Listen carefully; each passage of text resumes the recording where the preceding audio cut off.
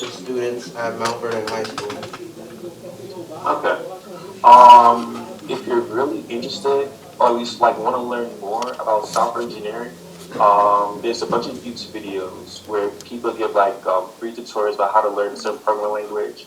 Um, a couple months ago, a friend had put me onto this website called sorry about that to a website called Coursera. And right now, New York State is offering over 7,000 free courses on Coursera where you can learn all different types of concepts regarding computer science, whether it's programming in any language or specific concentration like machine learning or artificial intelligence. So I'd simply just start with a Google search, a couple of YouTube videos. If you find that really interesting, then further deep dive into what you want to learn. And honestly, try it out. Because there are a lot of opportunities in the tech industry, especially as a software engineer, because the role of a software engineer is so diverse. You can go to any particular area in software engineering. And so there's so much opportunity. If you don't like one thing about it, you can always try something else. Very good. The next one. So, yeah, I would say definitely explore your options. You know, if you, even in computer science, there's a lot of courses you can take now just to get your hands on some experience with coding and computer science to see like what do you want to do, because like Will said, there's a huge variety of things you can work on if you know how to code. And just I would say also get involved in with your advisors, especially when it comes to college application process and all that kind of stuff, because when I was applying, it was there's a lot of confusion and there's a lot of difficulties and there's a lot of paperwork you have to go through. So definitely stay on top of all your work and all your requirements. To piggyback off of that, one thing I also recommend is to look for summer programs that offer opportunities to learn how to program to become or lead on the path of becoming a software engineer. Because not only will those summer programs give you prime experience, but also look good on a college application. For college admissions to see that you are already going down the path that you want to take, you're more than likely to not only get accepted, but also receive scholarships as well.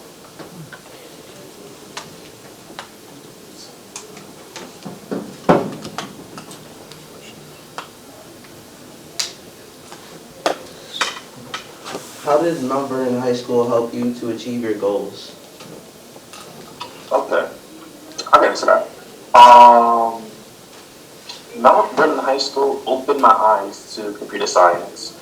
I remember when I was like a sophomore, a counselor came to me mentioning that there is this 6 week STEM program at what was known as Longfellow Middle School. I think it's Benjamin Turner now.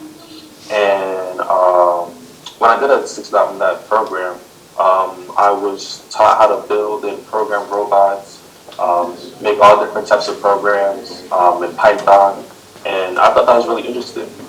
And then during my junior year of high school, Mount Vernon High School didn't have any software, any programming classes, but I was introduced to the mobile app development competition, where Mr. Burnside actually was my advisor for that particular competition. And so during that time, I got like my friends to come together. We knew absolutely nothing about mobile app development, but we came together. We created a concept. We created a wireframe, which is just a mock-up version of the application that we produced. And Yeah, and for me, I would say the NHS, National Honor Society, has definitely helped me just get more exposure with resources and different events. Like they had us volunteer a lot, and they introduced me to a kind of like area where a room with Dr. T and Miss Page, where we can come together and just do some work and just like get more involved in the. I don't know if they still have it there anymore because Mr. T and Miss Page are gone, but if they do have a program there that takes you to field trips to colleges to see what the college looks like and figure out what like which one you might want to go to and stuff like that. Definitely look out for that because that helped me, pick a college and get more just exposure. To pick up what was mentioned, he's referring to the Center for College Careers, and even though the council that we also had at the time are no longer there, I'm pretty sure there's still an office for the Center for College Careers still at Mount Vernon High School, and that program is pretty much a college preparation program in which they do take in college tours. Some are actually some are overnight college tours that we went and had the option to attend, and we attended so college tours. We were able to network with various individuals in various industries, attend various conferences.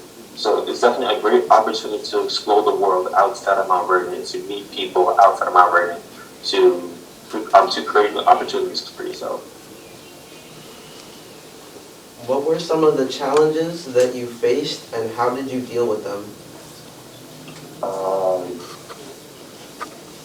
Challenges. You can be a little specific, like any particular challenge, like challenge to become a software engineer, or just like just challenge general. a college student. Just In general. general. I guess, well, when I was a high school student, I guess the biggest challenge I faced was figuring out how to afford college.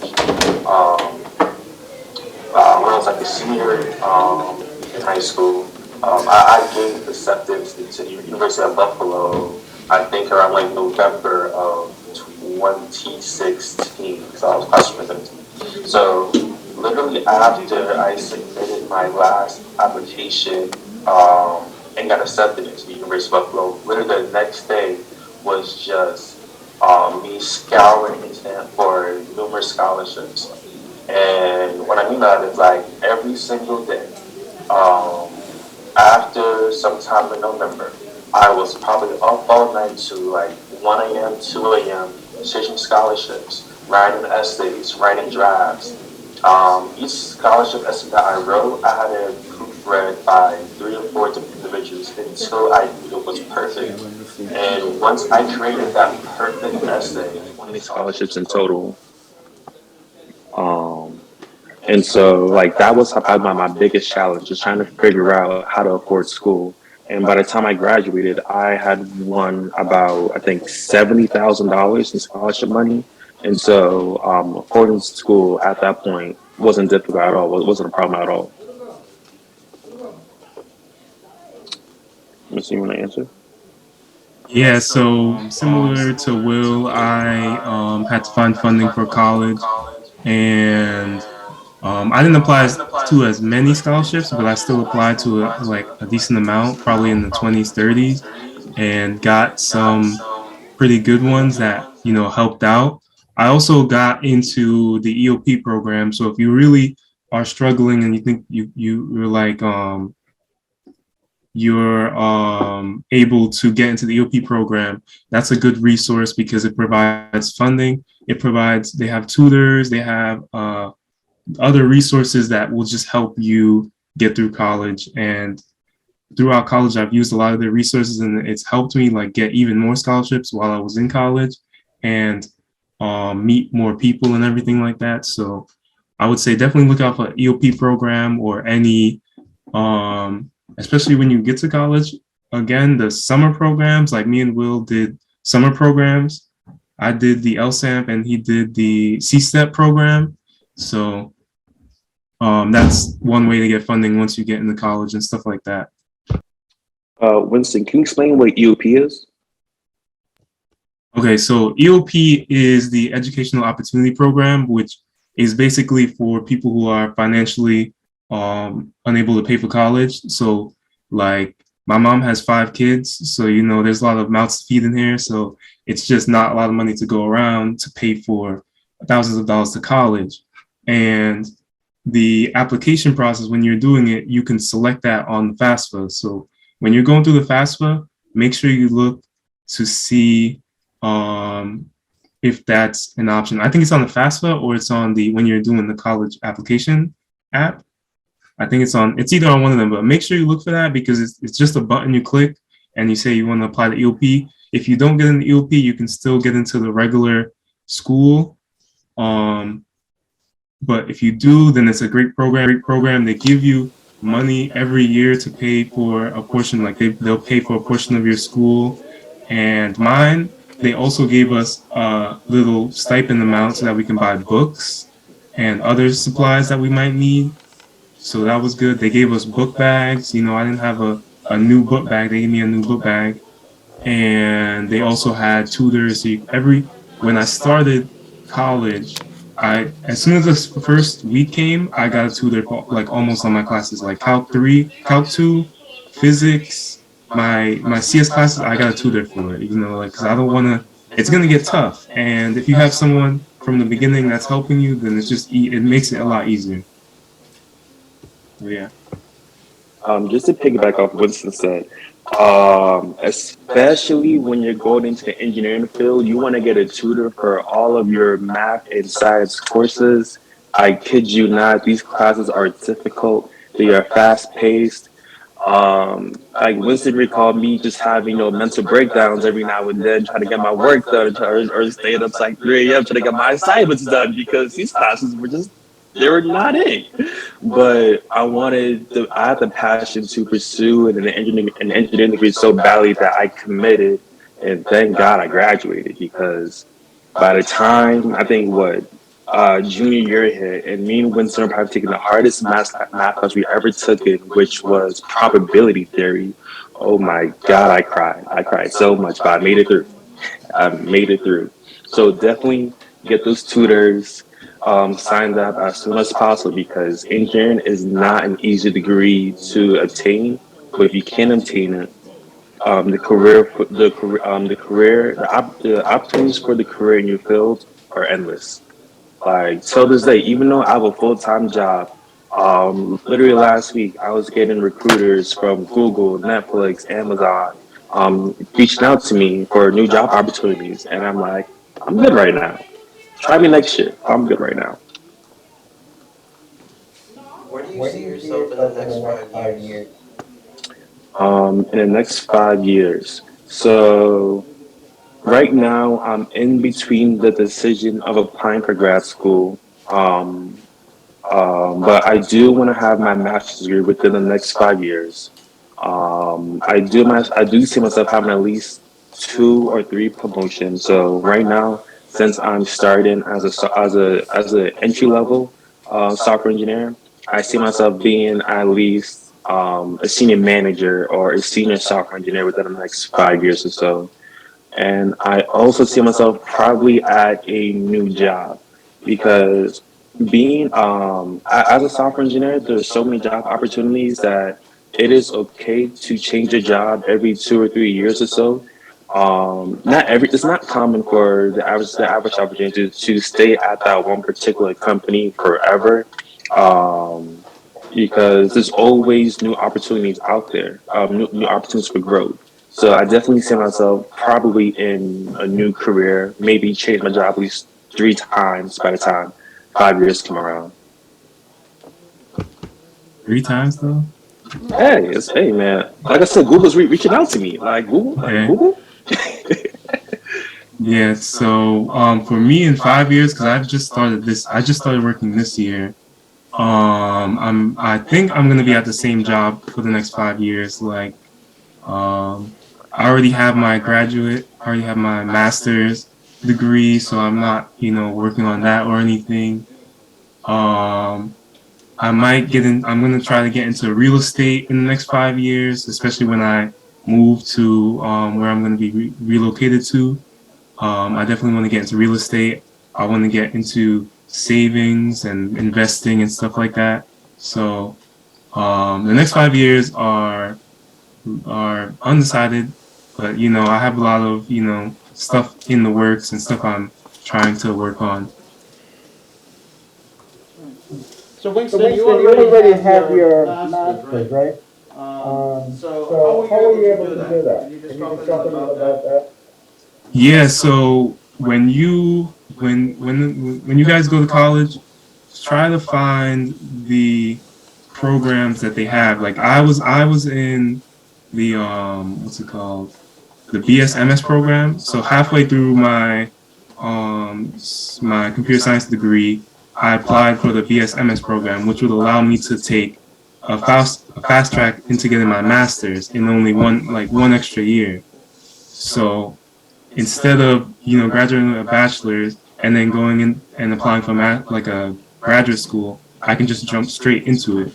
And since I was already doing pretty good in my classes and everything, and I was like, oh, it's only an extra year. I went ahead and I applied, and I got in, and um, then after my sophomore year, I just started taking master's classes with a mixture of undergrad classes. So it's a very good program if you can get into it, and if your school has it. There's also ones for other majors too. So it's not just computer science. Like there's other majors that have the BSMS program, so you can get into it if you want to take that extra time. Like that's why I started this year and not last year like Will, because I was still in school and I graduated last semester. So but it's a good opportunity, and it's a pay raise, and you have your master's when you finish. By the way, BSMS stands for Bachelor of Science / Master of Science. Yeah. Just for clarification. All right, so All right, so Winston, Winston, if you could tell us a little more about how you, because you currently work at Cisco, right?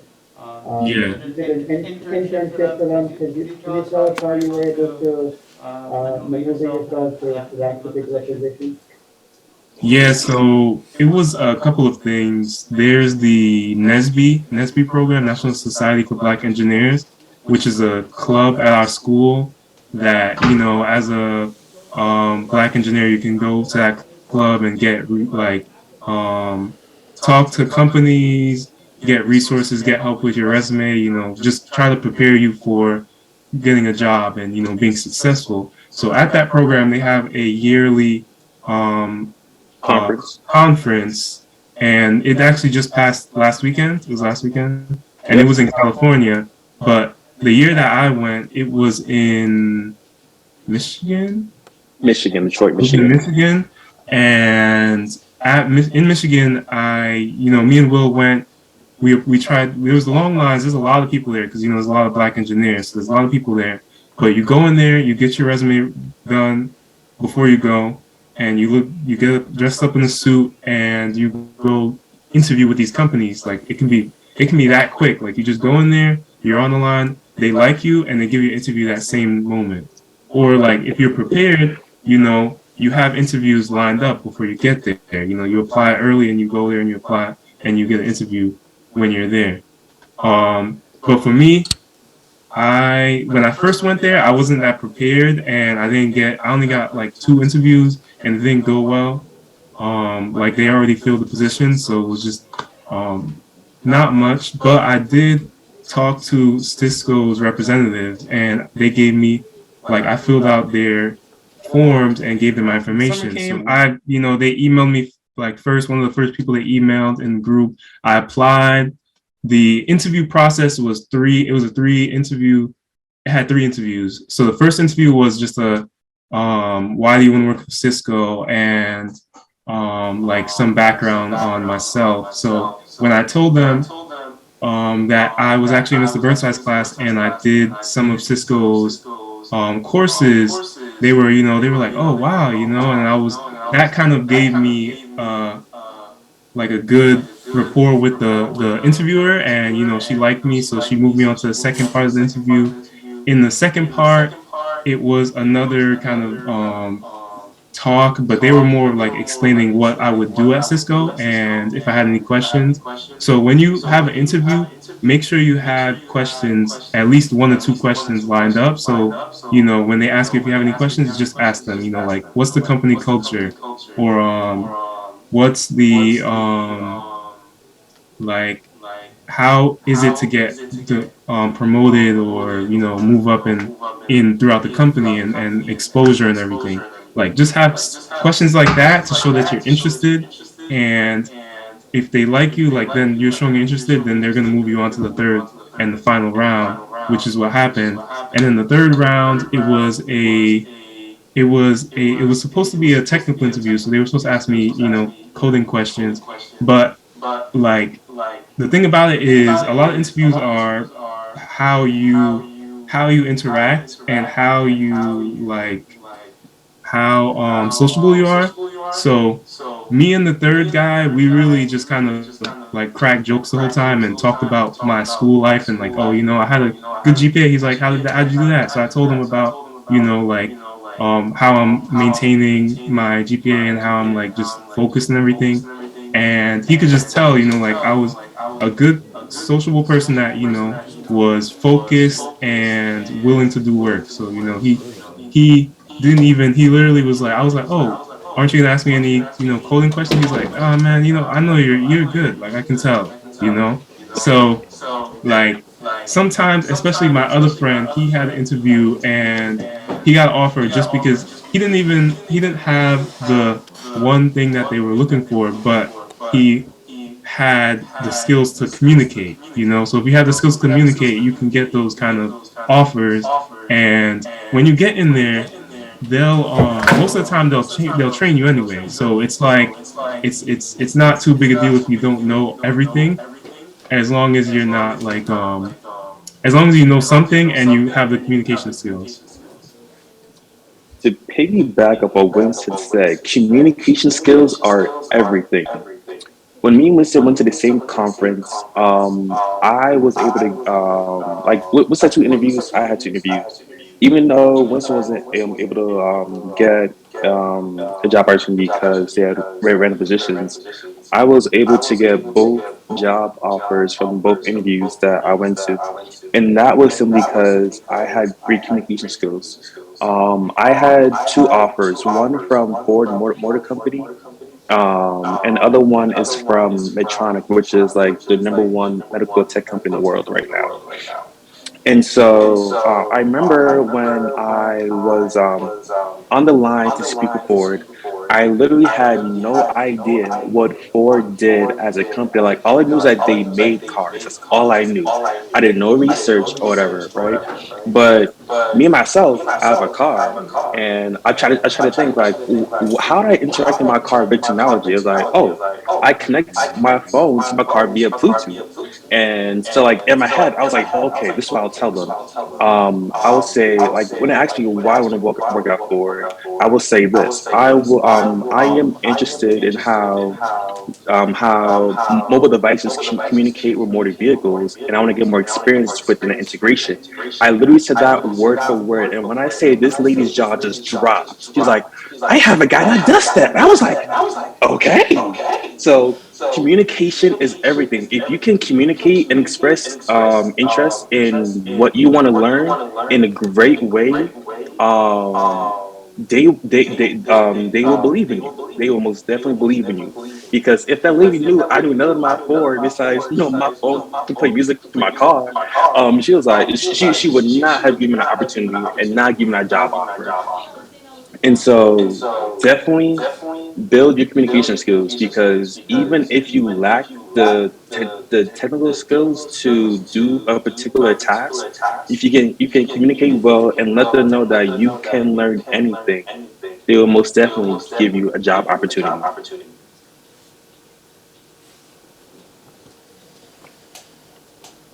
What motivated you to become a software engineer? What motivated? It was that experience that Mr. Burnside I mentioned with the mobile app development competition.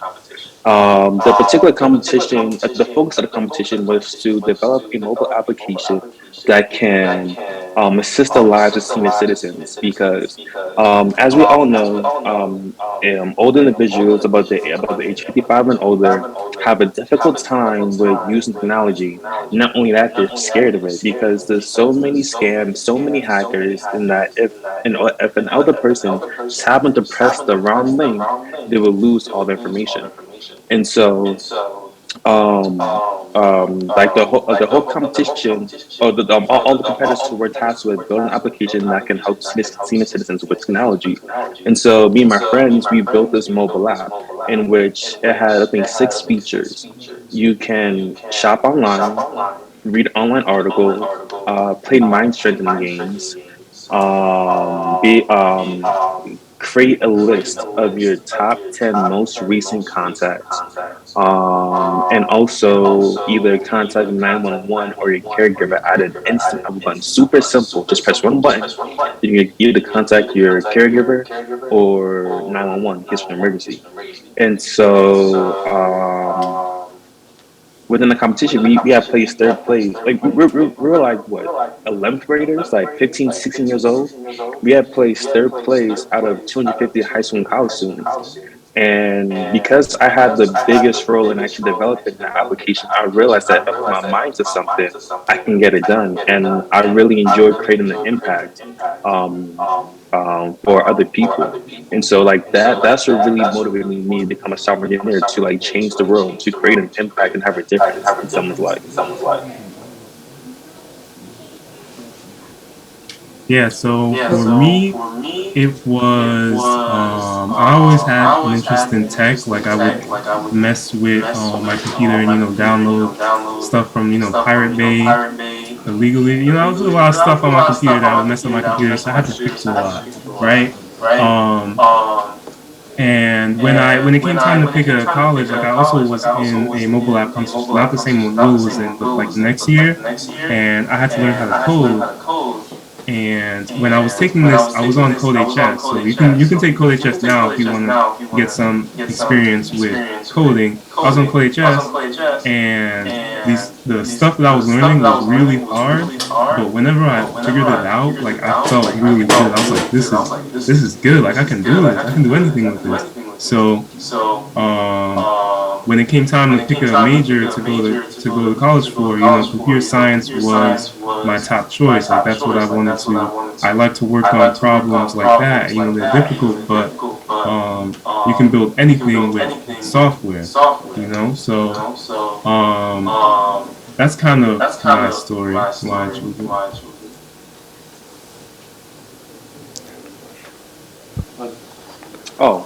Before we go to the next question, I want to say this one last thing. I'm into mechanical engineer, and what's the step for it? One more time? I'm going for mechanical engineer. And like, what's the step for me to achieve that? Mechanical engineering. I don't have much of a background in mechanical engineering, but when you do attend an engineering university, most engineering students do take majority of the same classes. So, for example, I took a lot of the same math courses as your mechanical engineer. So, you have to be like really good at math. So, algebra, calculus.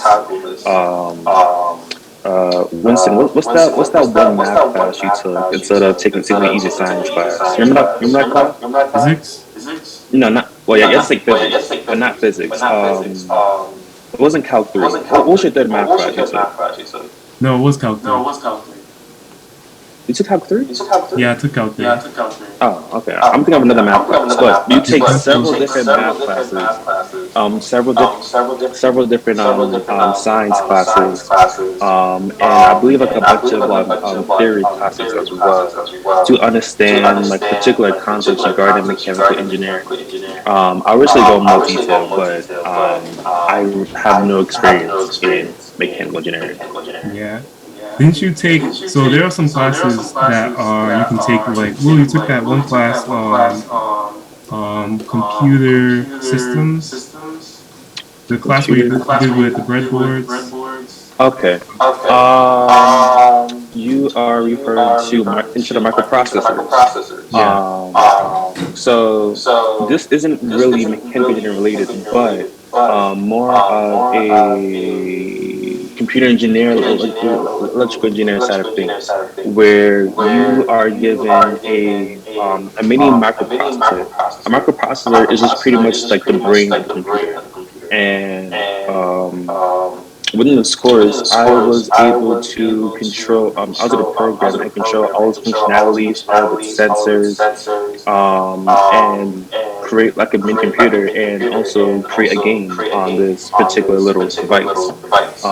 Really interesting. But to program microprocessors, those use a very low level programming language, and by low level I mean it's almost understandable by the computer.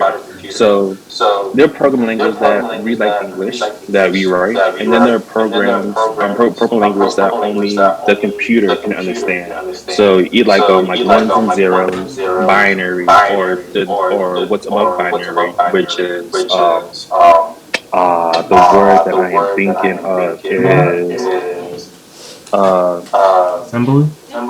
Assembly. Assembly is the next language above the ones and zeros, where it kind of reads like English, but it's also not super straightforward in the beginning.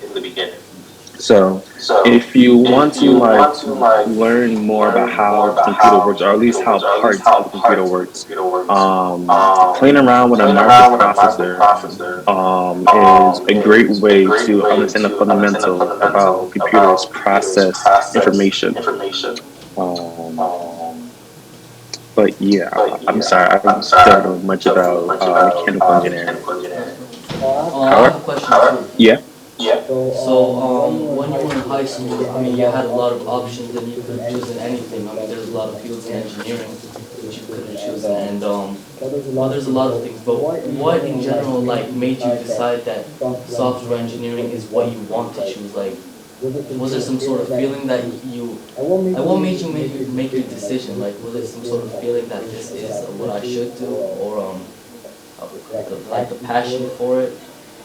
Well, after I had that composition, I had the realization that even at the age of 16, I can make a difference in someone's life way older than me with technology. And even though I barely knew any particular concept of software engineering, I enjoyed the fact that I was able to build something with my own hands, create an impact, and also be rewarded. I think my team, we won like $700 or like $500 or so. Like I knew that there was a role for me in the software engineering world where I can change someone's life. Like that was like the big epiphany that I had. I was like, okay, this was fun. I enjoyed it. I can make money. So why not? Yeah. So, the question is why software engineering, right? Like what made you want to become a software engineer? I mean, mostly it was I like math. I like science, and I like computers. So when I went to I went to Google, I was like, okay, what can I do with these three things? And they gave me a list. They gave me mechanical engineering, computer science, and electrical engineering. And like all four of those probably would have been, good for me or something. But I like to code. Once I found out that I like the coding on CodeHS and the broadness of computer science. Like a lot of the other majors, you can't move around as much. Computer science, you can work almost anywhere. Everything is kind of uses computers nowadays. So you can work on almost anything. So I like that freedom and that broadness, especially when you first go to college. A lot of times you don't know if you really want to work on this. And computer science has a lot of other fields that it can like if you do computer science and you don't want to do it, you can move over to like electrical engineering, mechanical engineering, and stuff like that. Like, because they all fall under the same. They're all kind of like very similar and stuff. But there's just I personally I like software engineering because it's very broad. Like, there's a lot of areas that I could work at. Like, I could work at Cisco, or I can work at like a makeup company or something, Sephora. So. Okay. All right, guys, we probably have about 3 or 4 minutes left. They're going to be making announcements. I know we're running out of time. The students have some questions here. So why don't you ask your question? We have one more question here that we can ask. Go ahead. Is there anything that you think that you could have done differently when you were in high school? Well, it's not like you made a wrong decision, but like you could have chosen something else, or like anything, a small decision maybe that you could have regretted. Excellent question. Yeah. To be honest, no. At least for me. Like my part, like when I was in high school, my prioritization was to. My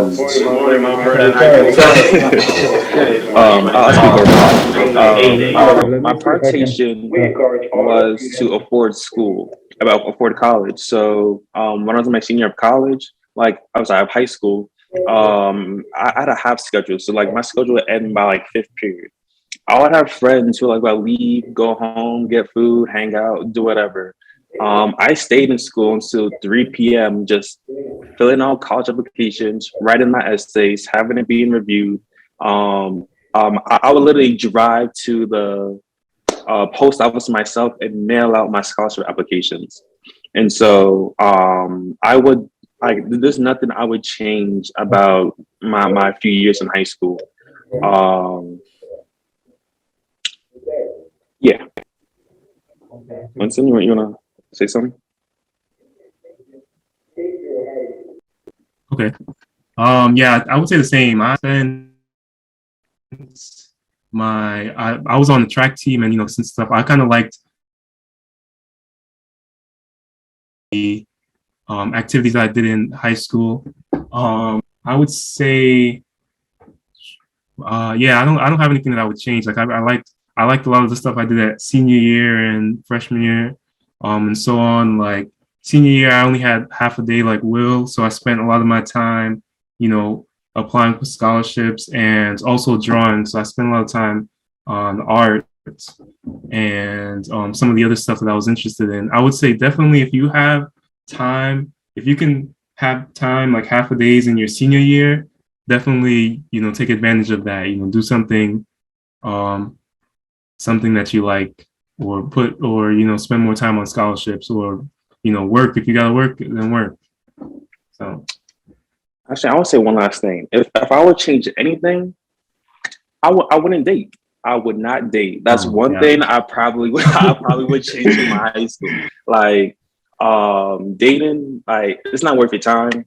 I'm gonna let you know right now. Like, you'll find a special person later down the road. Focus on yourself, kings and queens, because dating is not worth your time in high school.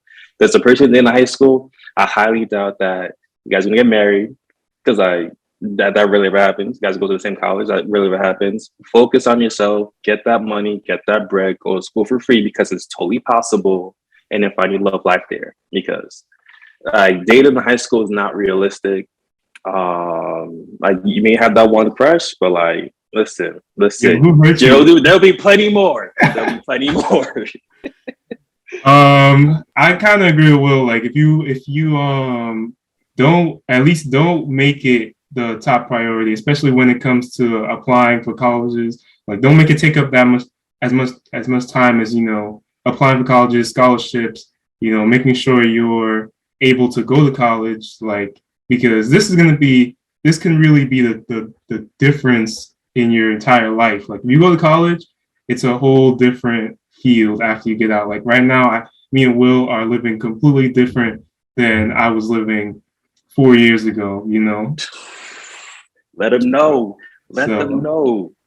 Yeah. All right, gentlemen, We're definitely gonna have to have you guys come back again because you have the whole class laughing with that last bit of advice that you gave.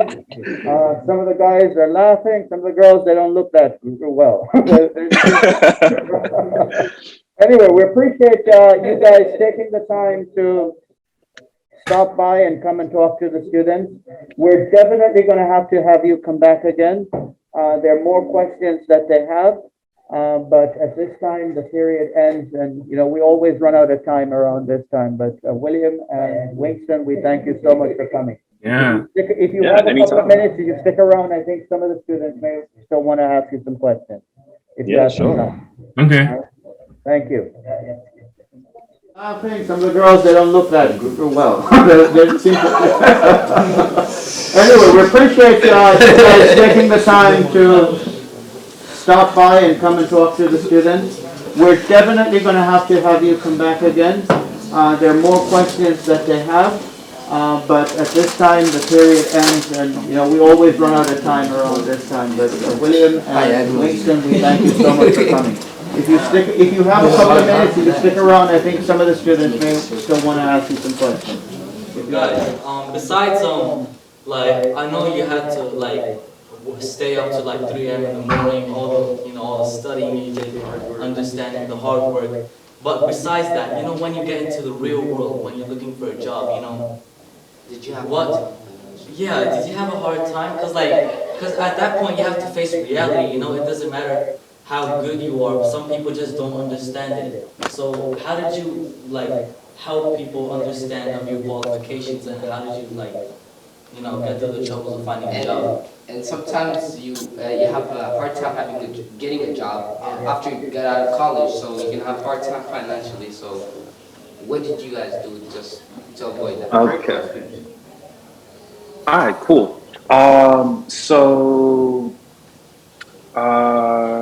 for me, it honestly wasn't hard at all, right? So the one thing I emphasized early was communication. Definitely get in the habit of speaking to people you don't know, and just you want to learn from them. One thing I did all throughout college is that whenever I had a job interview lined up, I did at least 3 or 4, sometimes 5 different mock interviews every single time. So for example, I'm a university, we have this organization called CSTEP, which stands for the Collegiate Science, Technology, and Entry Program. And they had mock interview services. And so whenever I had an interview lined up with Google or Facebook or Amazon, Lockheed Martin, my current employer, LB Harris, I always did at least 2 mock interviews with them to mentally prepare me for the type of questions they would ask. And I would just say with confidence.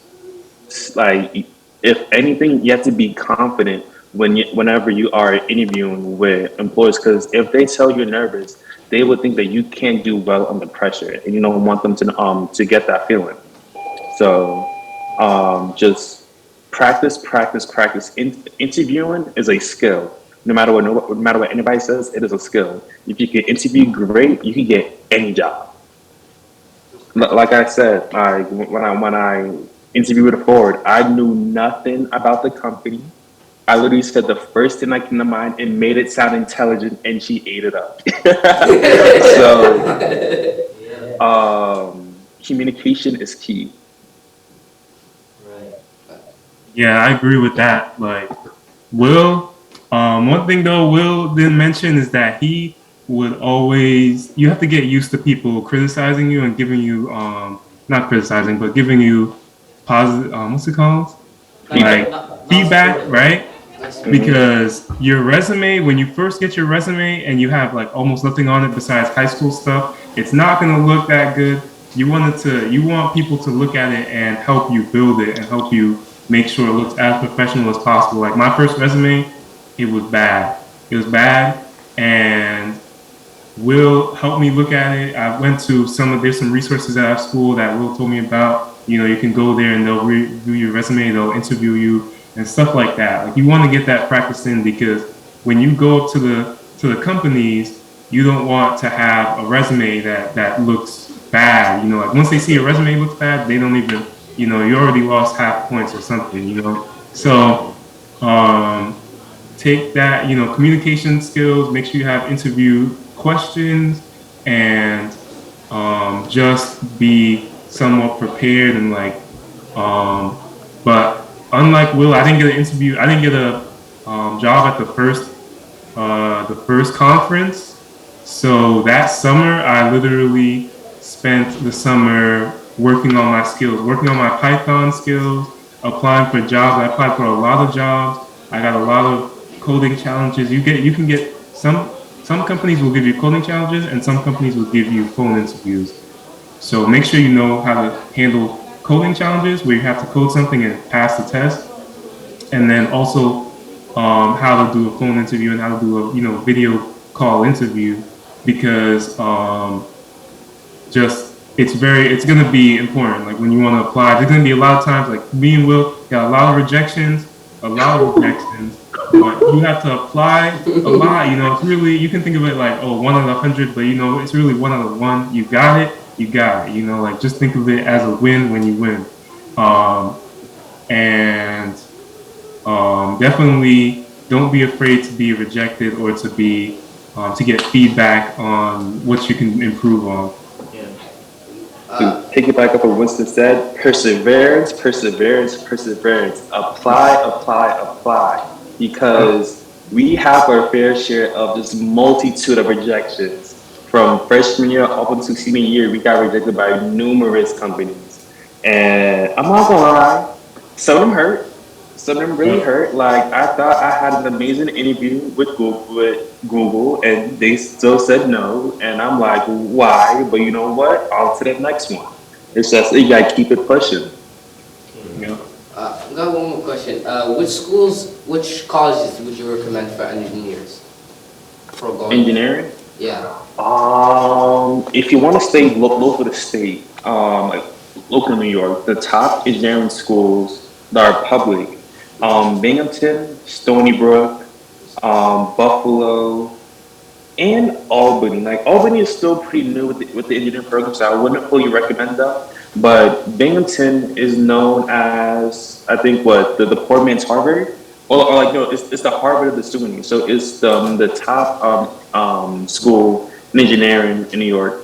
Next is Stony Brook, and then Buffalo. In my opinion, Buffalo is probably the easiest school to get into, simply because they look at your application holistically. So like, let's say you don't have the highest GPA, but you do have all these high school engineering related experiences. They'll see or like pretty decent like math and science skills. They will take the chance on you. And will more than likely to like accept you, because like I said, the one thing I would change about high school is dating. I didn't start dating until like probably halfway through my sophomore year of high school. I went from a 3.8 GPA before I started dating to like a 3.1 by the time I graduated. So like my GPA tanked heavily. Like I'm a smart student, but if a female comes to my life, my world's gonna be turned upside down. Like that's just how I am. He blames his girlfriend, right? I'm gonna tell her when I see her next time. It's very common, like you're adolescent, hormones. When women come in life, like you think you're the world. Listen, the world is filled with women. So like, focus on yourself, King. Focus on yourself. Is this being recorded? Right? Yeah. It's true. And so one more question. Whenever I go to someone and like they ask me what I'm gonna be, and I'm like, I'm thinking about engineering. They're like, oh, so you're gonna like start your own business. So what do you guys recommend? Working for someone in the beginning, or like, start a business is like working for yourself? Wait, I'm sorry. Can you say that one more time? Yeah. So do you recommend working for someone, or starting your own business or a firm? Okay. Honestly, it's up to you. Working for someone, it's an easier to start making money, start saving, create and planning out your plan for the future. But working for yourself, Honestly, I say you can do both. You can do both because right now, even though me and Winston were both are employed and whatnot, we are working on our own side project. We're creating a mobile dating application in our free time. So as we do our 9 to 5, like once that's done, like once you finish the work day, we hop on our side hustle, which is a mobile application once they go into real estate. Um, we build that on the side, and once it's like self-sustainable, where we no longer need a full-time job, um, then we leave our job when we're ready. But your priority is always having some sort of income coming in, no matter what. So make that your priority of having some like sort of like like continuous income, and then which is which is your job. And afterwards, then you can start considering having some sort of side hustle or business on the side. And when that grows to the point where it covers all of your life expenses and more, then just leave your job if you want to. If not, then that's up to you. Um, what was- By the way, oh, a software engineer job pays well. Like I'm surprised no one asked the question how much we make. I was waiting for that question because some people them like they take offense. Honestly, with you guys being I'm in high school, I think you understand like how much we could make, right? Um, So like right now, I started off with like a salary of like 84,000. Being 21, making like 84,000 a year and whatnot, that's and I got a beautiful. sign-on bonus. That was starting? Started. Oh. Like That's great. I also got a sign-on bonus of like $4,000, plus relocation money for another $4,000. So my first year, I make like 92K, Wow. and I'm 20. I'm like 22 right now, and I'm like also I'm in a luxury apartment.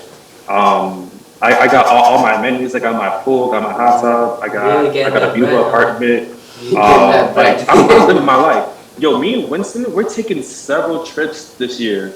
Like what? In February, went to Minnesota. Winston came to visit me in Colorado for like a week. We have a friend we're visiting Utah. We're doing a cruise in August. We're going to Toronto in July. Like we're making so much stupid money that like we do whatever we want and whatnot. But like the software engineering role is like don't do it for the money, but just know you're gonna be making good money. And you guys don't live close, but you guys are still like cooperating with each other. That communication is still going on. Oh yeah, like I'm like halfway across the country right now, and like me and Winston, we still chat almost every day. Yeah. Like we take like we're planning a trip to Mexico in like in what November and whatnot. Yeah. So we always make time for each other, even though like we're super far away from each other. Like we make things work. Like that's how it is after college. I have friends all over the country. I still visit, I still see them, and it's a great life. Like the hardest part about becoming a software engineer is college, because like what we do now, even though like what we do now, like work wise, like my work is super chill. Like um, literally like yesterday, like Friday and Thursday, I did absolutely nothing. Like I was just sat at my desk. I was just chilling. I was watching anime on Netflix and whatnot. And because like I finished my work for that week already, so I was just chilling.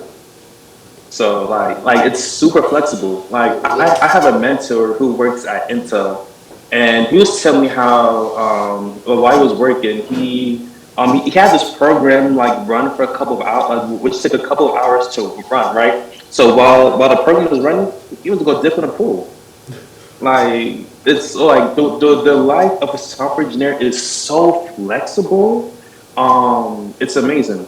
And one last thing I want to point is that when you do pursue your engineering career or whatnot, think about what you want from your career. So for me, like I want a good paying job. I want a great work life balance, and I want a flexibility, right? So right now, I work remote from my apartment.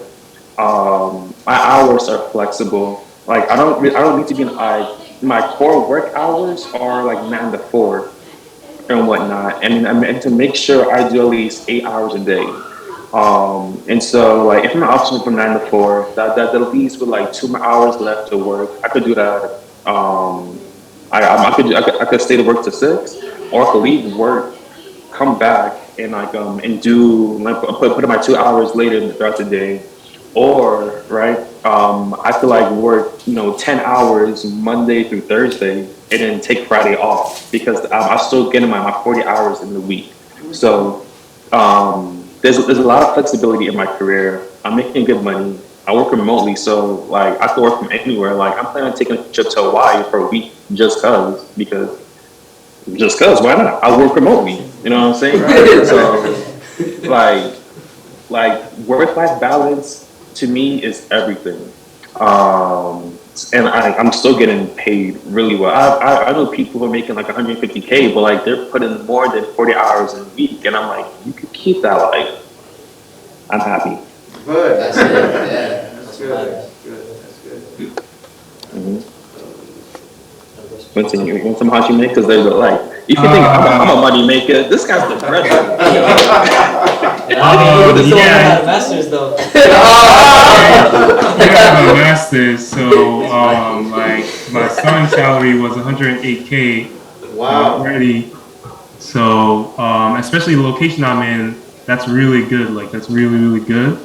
And like I'm chilling. Like Will said, I chill some days. I fly out. Where do you know, Winston? What city are you in now? I'm in Connecticut right now. I'm at my mom's because I'm supposed to move down to North Carolina once we go back to the office. But right now I'm chilling, so I'm like I don't want to pay rent. Like Will has a nice apartment, but I don't want to pay rent. So I'm like I'll just chill here and then travel. Like I'm doing a lot of travel and just spend money on traveling.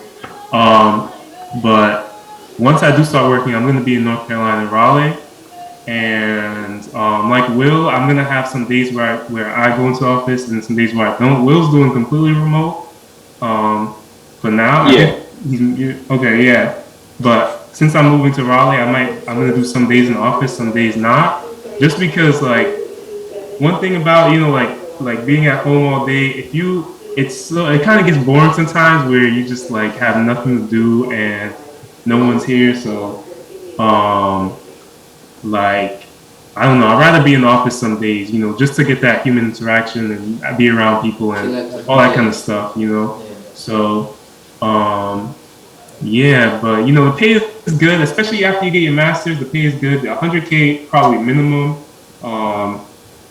And even my friend that has a undergrad, he also gets 80K with he's working at Fannie Mae, so like they get paid really well. Mm-hmm. Life is good after college. Yo, if you work hard and get that career by the time you're to graduate, your life is good. Oh, by the way, Winston just paid off all of his student loans too, right? Oh yeah. So my sign-on bonus was 10K, so I just took the 10K and then my couple of last month's checks and stuff like that. Since I'm at home, I'm not paying rent. I just took the money and I just paid my loans off. If you once you start making enough money, the loans that you get at public schools like that, unless you go to Cornell or something where you have hundred thousands of dollars of loans. But like my school, the school is 30K a year, maybe 15 if you live off campus. So you kind of don't stack up enough, like a lot of loans where you're going to be in debt for the rest of your life. Like even people that have nurses or doctors, they have so much debt that they're probably going to be paying that for the rest of their life. So that's also something you want to think about when you're choosing colleges, like how much money you're going to be making after and how much you're going to be paying, So, yeah. Guys, again, I want to thank you for coming. As you can see, your visit here has an impact. You're a great resource here to the students in Mount Vernon. And I appreciate the fact that you guys, even though you're doing well and you're successful, you still remember to come back and give back. Right? And that's important, and that's appreciated. And I'm gonna keep in touch with you guys. We're gonna have you come back again. I have other classes with students who are interested in careers in engineering. They weren't able to be here, but we're gonna have you come back again and talk to some of those students. So thank you so much. I appreciate it, and you'll be hearing from me. All right? All right. Thank you. Sounds Thanks good. a lot. Sounds All good. right, Thank you so thank much, you. guys. Thank you for your time. Later. Peace.